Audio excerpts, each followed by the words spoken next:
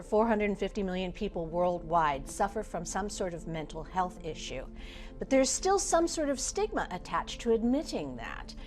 Why? Well, we need to figure that out and we need to change it. And I'm delighted to be joined today by Dr. Laura Kirkinda from LA's Medical Services to talk about this very real problem. Why is there such a stigma about admitting that you have some sort of mental health issue that could easily or maybe difficultly addressed, but you have to face up to it first?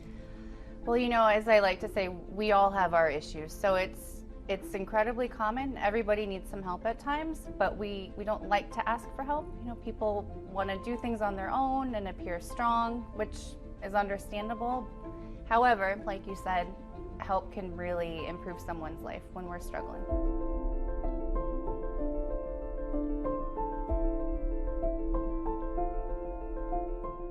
But what is it about sharing? What is it about actually, getting it out and exposing whatever it is that you're harboring inside that helps the psyche?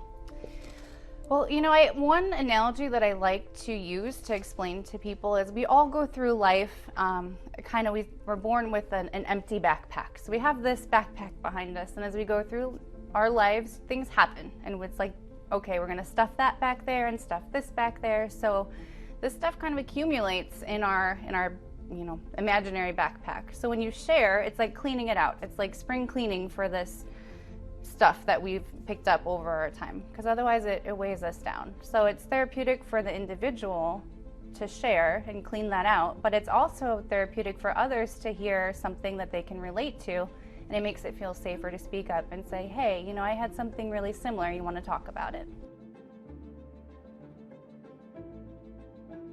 There are definitely issues that are something that you can sort of manage at home, and then there are the ones that you really need to go seek professional help. So it's been a week. Mm-hmm. Is that when you really need to reach out to someone else, or is that when you can still work perhaps towards helping yourself? Well, in these times, there's a lot of really great resources available online. So depending on the severity of how you're feeling, if things are feeling very, kind of hopeless, if you're feeling really helpless, then definitely reach out. You can get professional help now from your home. There's a lot of treatment that's done just via telehealth, which is awesome because it makes it easier instead of having to get in your car, maybe sit in traffic, go somewhere. Especially if you have some anxiety about starting treatment, all that stuff's removed. You can meet with a practitioner via computer, which is really helpful, I think, for some people to get the ball rolling. But if you're not feeling quite as helpless and hopeless and you want to start to work on some things at home, go online, Google coping skills, put in some searches that would give you tools that you can start to practice, and they can really be helpful.